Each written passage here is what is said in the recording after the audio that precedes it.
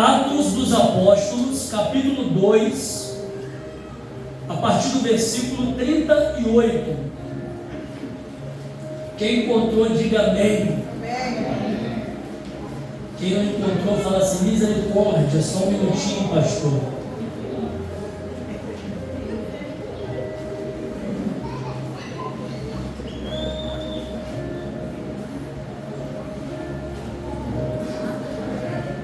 Atos capítulo 2, a partir do verso 38. E disse-lhes Pedro: arrependei-vos, e cada um de vós seja batizado em nome do Senhor Jesus Cristo, para a remissão dos pecados, e recebereis o dom do Espírito Santo.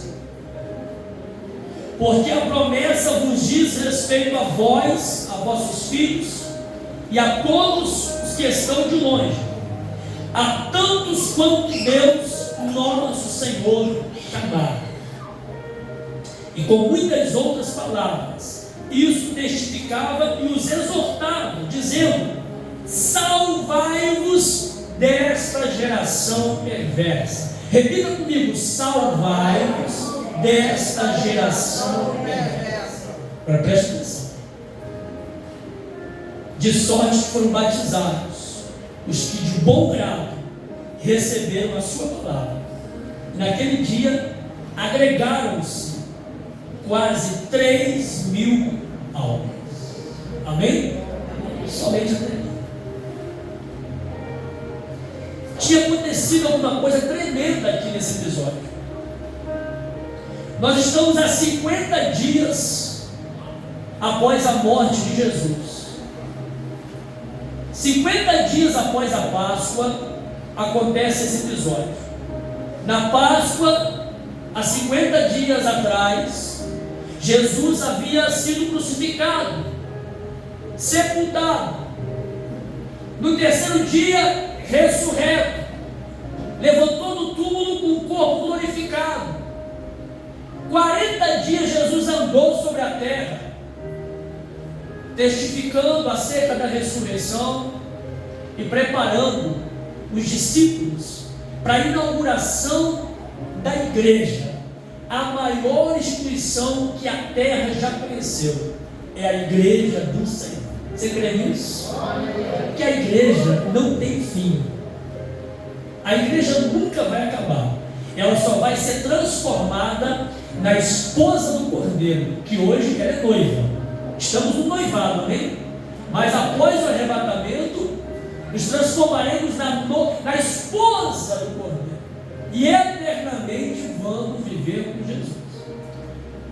E agora, 10 dias após a ressurreição de Jesus e a sua assunção, depois de 40 dias, 10 dias após a sua assunção, de ter ido para o céu, acontece algo extraordinário. O Espírito Santo é derramado sobre os irmãos que estavam reunidos em determinado lugar.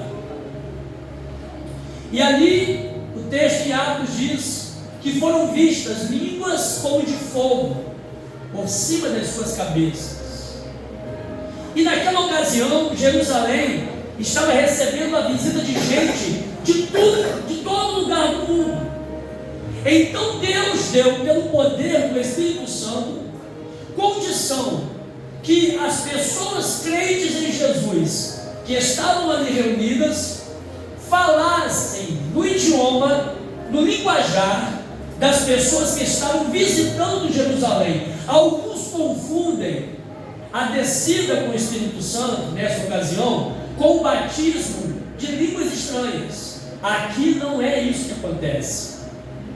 O batismo com o Espírito Santo, que dá o poder de falar em línguas, acontece mais à frente, em outras ocasiões. Mas aqui no chamado dia de Pentecostes, há uma manifestação que Deus capacita as pessoas que estavam adorando a Deus naquele ambiente, de falar a língua de quem estava lá fora, para que eles entendessem a mensagem do Evangelho. Sabe por quê, amado? Nós somos pentecostais, cremos no dom e na manifestação do Espírito Santo. Mas se o culto não tiver ordem e decência, e se nós ficarmos aqui falando em línguas 30, 40, 50 minutos e não houver intérprete, o culto se torna uma coisa estranha para quem não entende o que está acontecendo. Então nós temos momentos de intimidade com Deus, de falarmos em mistérios, mas a prioridade numa igreja, numa reunião dos santos, é a proclamação da verdade, que liberta, toda ela inserida no contexto da sã doutrina, a doutrina apostólica. Igrejas, há milhares delas por aí, placas denominacionais, há centenas de milhares. Mas Jesus, lá em Mateus 24, nos alertou: nem todo aquele que disser Senhor, Senhor, entrará no reino de Deus, no reino dos céus.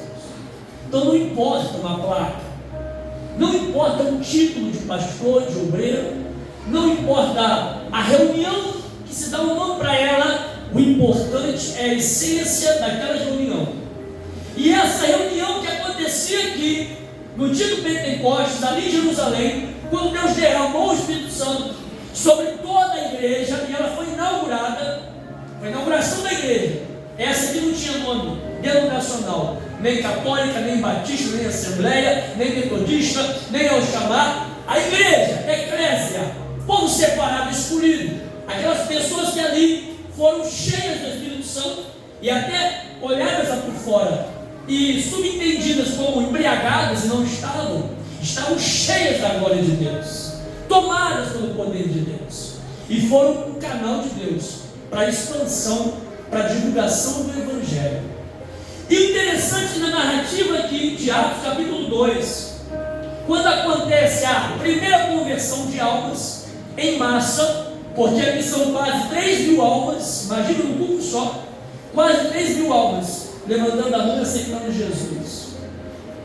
O apóstolo Pedro dá um aviso, que é o mesmo aviso que eu quero dar para essa igreja nessa noite, e para quem está assistindo esse vídeo pela internet. Pedro disse aqui, no capítulo 2 de Atos dos Apóstolos, ele olhou para aquela multidão e disse assim: salvai-vos desta geração perversa. Repita comigo: geração perversa. Se há 2.000 anos atrás já existia uma geração perversa, imagina com a evolução do mal que tem acontecido principalmente nas últimas décadas. Que geração maligna nós não estamos vivendo e atravessando por ela nesses dias atuais. Então eu venho aqui como porta-voz de Deus na sua vida, para dizer, citar a mesma frase de Pedro: livrai-vos, salvai-vos desta geração perversa. E não há tanta batalha, há tanta coisa para te afastar de Deus, há tanta coisa para matar a sua fé, para tirar você do centro da vontade de Deus. Há tantas opressões, há tantas perseguições, há tantas coisas que vêm, mas a pior delas, eu vou dizer qual é. É o falso ensinamento que nos é passado como se fosse uma grande verdade. A proliferação de heresias e falsos profetas tem invadido o ambiente da igreja, e muitos têm tomado, no caso do filho, a teologia, muitos têm tomado até mesmo a tribuna. Hoje você liga a sua TV, a sua Smart TV, e você liga o seu celular e você vai procurar uma oração, um aconselhamento pastoral, porque isso ficou fácil para a multidão, que muitas vezes não quer um compromisso com a igreja local. E o que tem ali, pode ser até no linguajar nordestino, arruma, é assim que vocês falam, arruma, né? Lá no Rio, um monte, aqui é uma ruma de heresia, que nos é empurrada de goela abaixo, como se nós tivéssemos que aceitar falsos profetas, falsos ensinamentos, como que vindos de Deus. Eu não vou nem citar nomes aqui e nem situações, porque já não conhecemos de muitos. Mas o que eu quero nessa noite trazer ao seu conhecimento é que há uma geração perversa se afastando da vontade de Deus e trazendo fogo estranho para dentro da casa de Deus. Quando falamos de fogo estranho, nos remete a dois elementos, dois sujeitos lá do Antigo Testamento, Nadab e Abiú. Esses dois homens eram sacerdotes, estavam autorizados a ministrar no altar do tabernáculo, porém eles tomaram fogo estranho para colocar no altar de Deus, e os dois foram exterminados por Deus, por tamanha irreverência e desobediência. Escute uma coisa: Deus está punindo falsos crentes, falsos profetas e falsos ensinamentos nesses últimos dias, porque a capa está caindo daqueles que dizem que são de Deus e não são. Se você pegar a internet hoje, os maiores escândalos estão vindo através de grandes homens e grandes mulheres, entre aspas, de Deus, que parecem que são de Deus, mas na essência traz um evangelho barato, um evangelho diluído, aguado, que não é a essência da verdade. É aquele evangelho da profecia que não vem de Deus, da revelação que só enche o bucho da pessoa, da direção que vai por aqui, mas Deus não aprova esse caminho. É um evangelho de engano.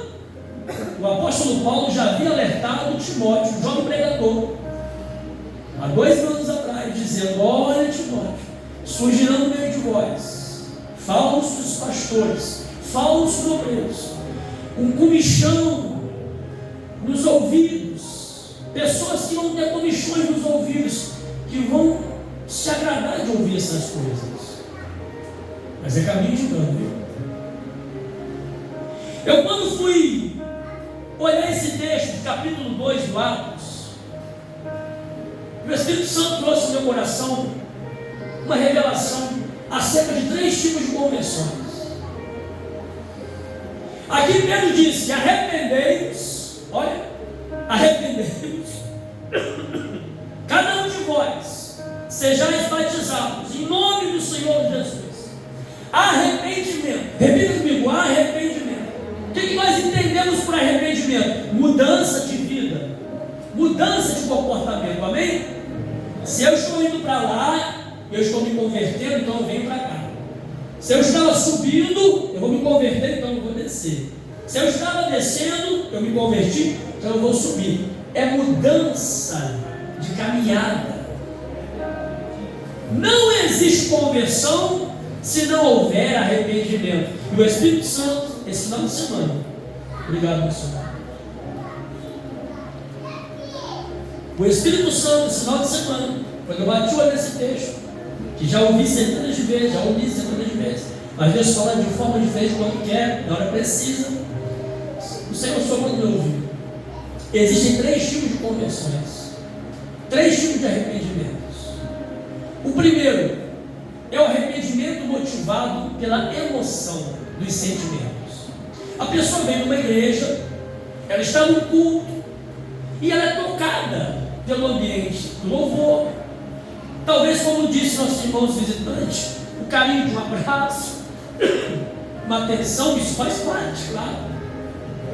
E muitos, tomados pela emoção, eu vou aceitar Jesus. Mas é quando sai do culto, o dia amanhece, amanhã se esquece do compromisso que afirmou com Jesus, porque foi tomado pela emoção. Tem pessoa que ela é muito emotiva, ela vai ouvir um louvor, ela vai chorar, e ela vai até dizer: Deus está tocando no meu coração, eu vou aceitar Jesus. Mas se Deus tocou, tem que haver mudança, concorda comigo?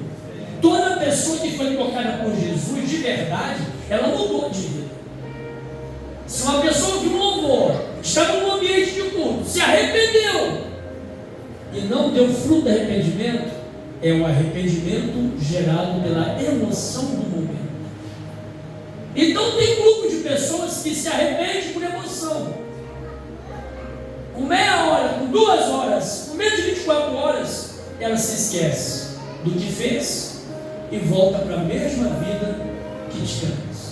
Segundo grupo de pessoas é o arrependimento por conveniência. O Espírito Santo falou comigo. Tem o segundo grupo, que é o que se arrepende por conveniência. Como assim, pastor? Vou lhe ensinar o que Deus me deu. A pessoa está numa necessidade tremenda de Deus agir na vida dela em alguma causa.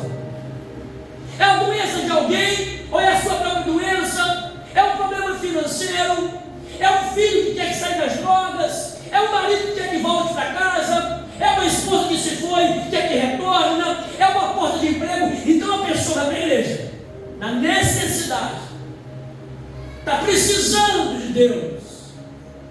E naquela ocasião da necessidade de ver Deus agir, por conveniência, ela fala assim: eu vou aceitar Jesus porque eu vou aceitá-lo e minha vida vai melhorar. Então ela barganha com Deus. Estão entendendo? Ela barganha. Eu vou aceitar Ele porque tudo que eu estou precisando Ele vai me dar. E aí Jesus chega, Ele é misericordioso. Ele às vezes abre uma porta por uma doença, traz de volta quem se foi, ou leva de volta quem deveria ter há muito tempo. Porque Deus põe e tira. Amém? Amém? Mas depois que o milagre acontece, essa pessoa quebra a aliança. Porque foi um arrependimento por conveniência. Infelizmente, este segundo grupo é muito atingido pelos falsos profetas. Porque os falsos pastores, falsos profetas, falsos ministérios aproveitam da debilidade, da necessidade de alguém e às vezes usa daquela situação que a pessoa vive, de limitação ou de dependência, e até diz: olha, dá tanto para Deus aí que o seu problema vai ser resolvido. E uma coisa interessantíssima que eu vou encontrar no ministério de Jesus: Ele nunca disse que você viria para Ele e os seus problemas sumiriam da sua vida. Ele disse assim: olha, tome a sua cruz. Como é que é? Cada um tome a sua e siga. Cadê a cruz que muitos não querem carregar? Cadê a cruz que muitos estão a ignorar? Aquele que aceita por conveniência, ele acha que não vai ter cruz.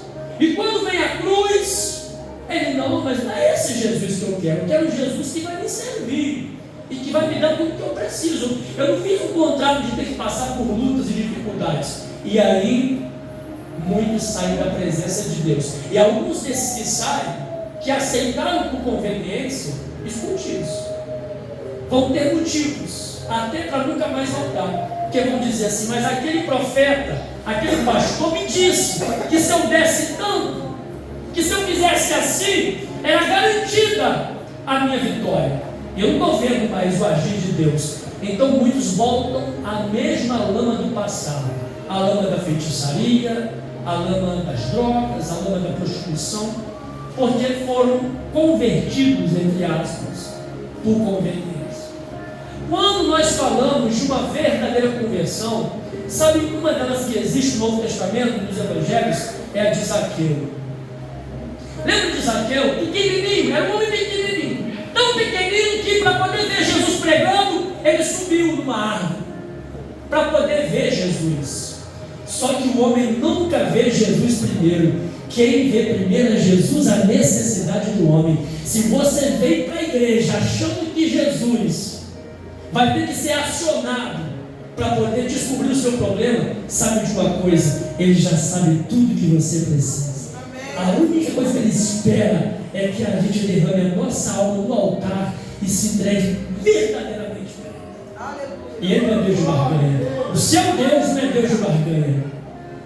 Esse processo, esse mistério de barganhar com Deus, ele já existe desde o passado. Lembra quando Naamã precisava da cura?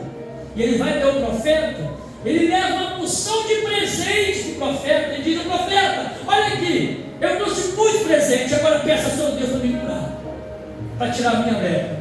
E o profeta disse: volta com os seus presentes. E a ordem de Deus é essa: mergulha no Rio Jordão. E foi revelado ali que Naamã não tinha só lepra. Naamã tinha orgulho, soberba, prepotência, e é o que está gerando, está governando essa geração perversa. É orgulho, prepotência e soberba. O homem pensa, acha que pode viver sem Deus, ou então pensa que pode moldar Deus à sua maneira. Esquece que Ele é o oleiro e que nós somos o vaso. Eu vi um vídeo na internet essa semana, achei interessantíssimo. E a pessoa ilustrava, dizendo assim: quando Deus fez o peixe, Deus falou com a água reproduzam peixes.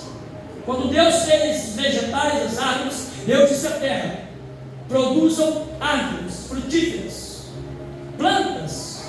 Mas quando Deus foi fazer o homem, Ele disse a si mesmo: façamos o homem a nossa imagem e semelhança. Ali tem um princípio em Gênesis tremendo. Você tira o peixe da água e o peixe morre. Você tira a planta, a árvore, as raízes da terra e ela morre. Tira você da presença de Deus e você morre. Essa geração perversa está morta. E muitos estão sendo perversos dentro da igreja, como pastor, não vivendo a verdadeira conversão.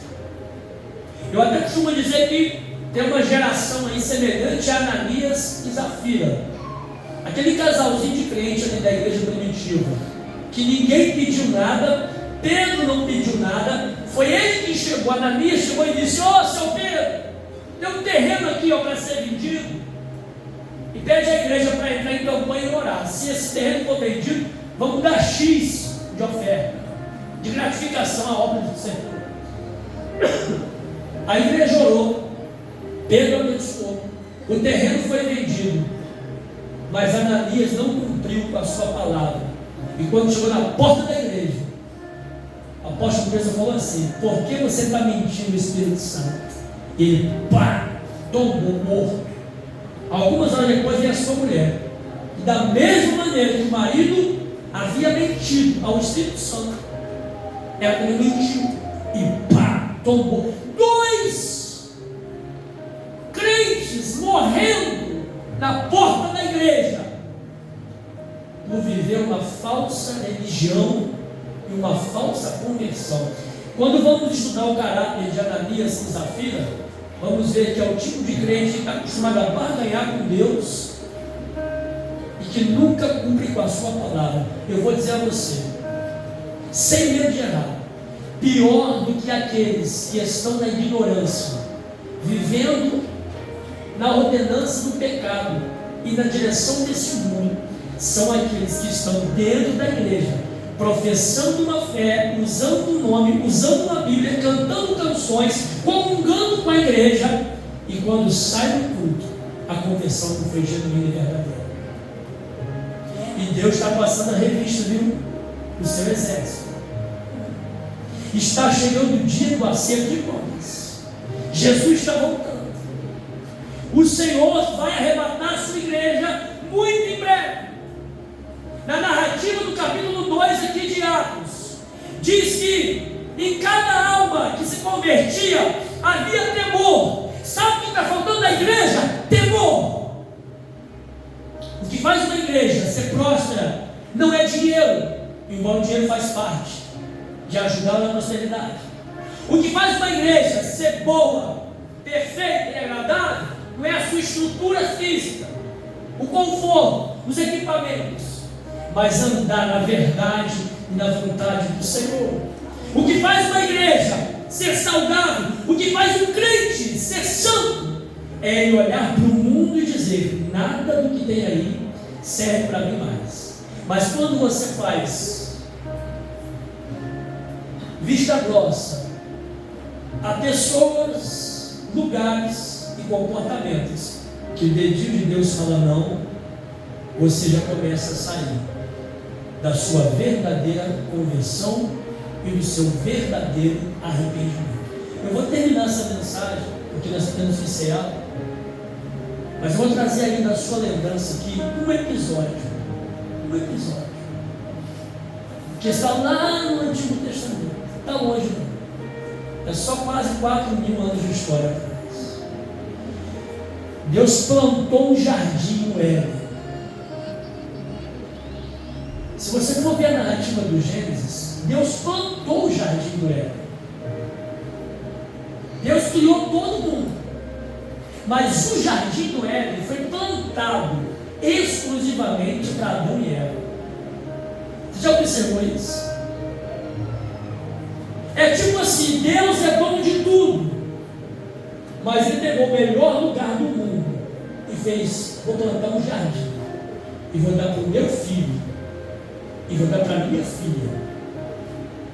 O casal primitivo, nossos pais, Adão e Eva, receberam um presente de Deus, um jardim. E Deus põe Adão e Eva no jardim do Éden e diz: agora é só cuidar, é só fazer a manutenção.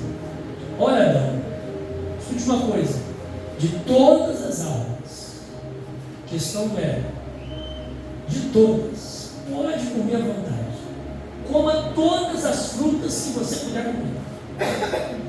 Agora está naquela árvore lá, aquela do conhecimento do bem e do mal, não toca na sua fruta.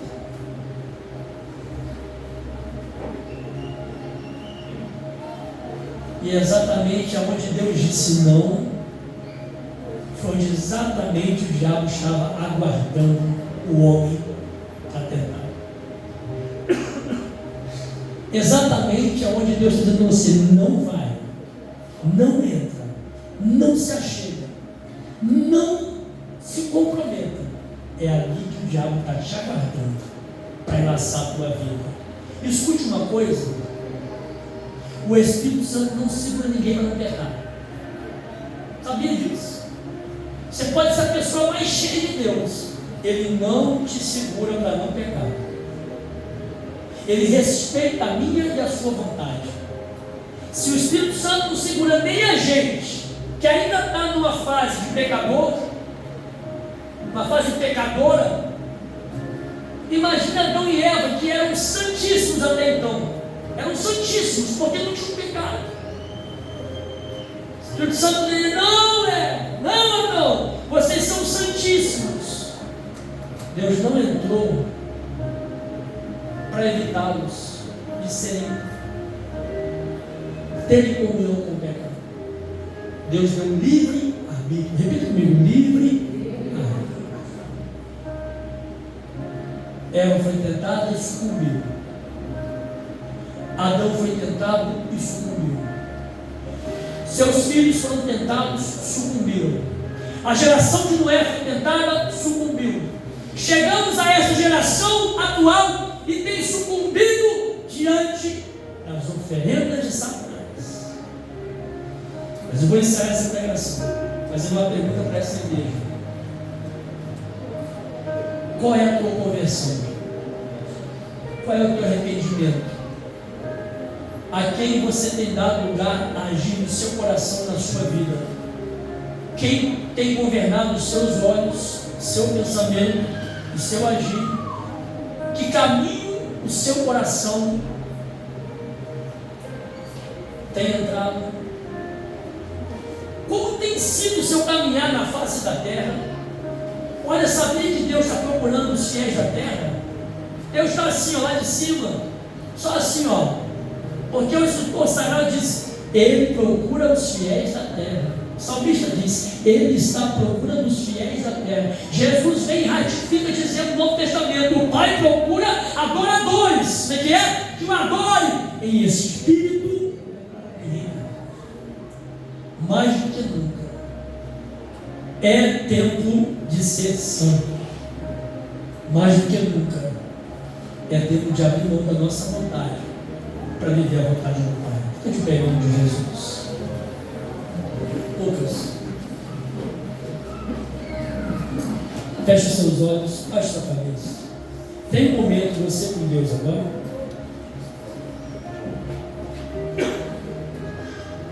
Quero que você ponha a sua vida diante do Senhor depois dessa mensagem que foi pregada. Há caminhos que ao homem parece ser bom, mas o seu fim é de morte.